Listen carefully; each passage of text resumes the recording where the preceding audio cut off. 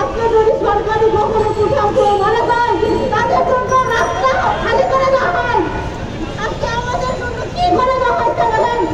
আজকে যদি কখনো একটা সরকারি চাকরির জন্য চা বিক্রি করে তার বাড়ির 10 তলা থাকে, আমরা তো 10 তলা চাই নাই, 20 তলা চাই নাই, আমরা চাইছি একটা সামান্য থাকার জায়গা, আমরা চাইছি সামান্য কর্মজীবী। আমি একটা মহিলা, আমি কি করে খাবো বলেন?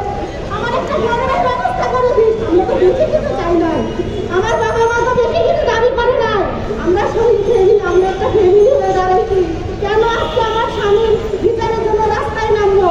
আমি মামলা করেছি, আমি অস্বীকৃতিটা নিয়ে আমি 5 পর্যন্ত পড়ছি। আমি যখন মামলা করি, মামলা করার পর আই আমাকে বলে আপনি খরচ দিতে পারেন না, আপনি কেন আসামি করবো? এটা কি ঠিক বলেন? তাহলে আমি যখন বলছি আল্লাহ বিচার করবে, আল্লাহ যদি থাকে একদিন অবশ্যই বিচার করবে। আমি একটা ক্ষুদ্র ব্যবসা খুলেছি, আমার স্বামীর কিছু সমস্ত কিছু আমি বিক্রি করে আমার 2টা বাচ্চা দিয়ে আমি স্কুলে দাঁড়িয়ে রয়েছে কাপড় বিক্রি করে। আমি কখনো রাস্তায় নামি না, আমার হাজবেন্ড কখনো আমাকে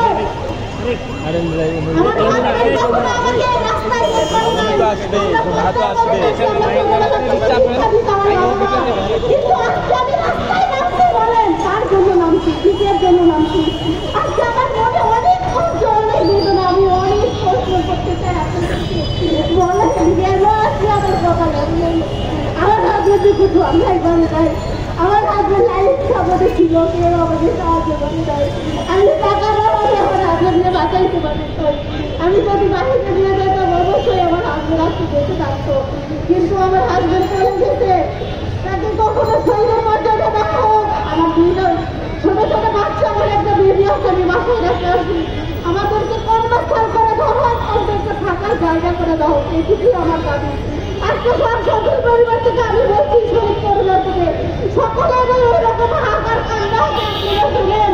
অনেকেই বলতে পারে না, আমাদের মনে অনেক কথা। যখন আমরা বাসায় যাই তখন স্বামীর স্মৃতি মনে করে, তখন আমার মনে থাকতে পারি না বাচ্চাটাকে কোথায় যাবো। আজকে আমার 2টো দিন কি হবে? আমি তাদেরকে বাবাকে কোথার থেকে দিব বলে। আজকে আমার হাজবেন্ড সই করেছে, আমি মনে করি আমাকেও সই করে দাও।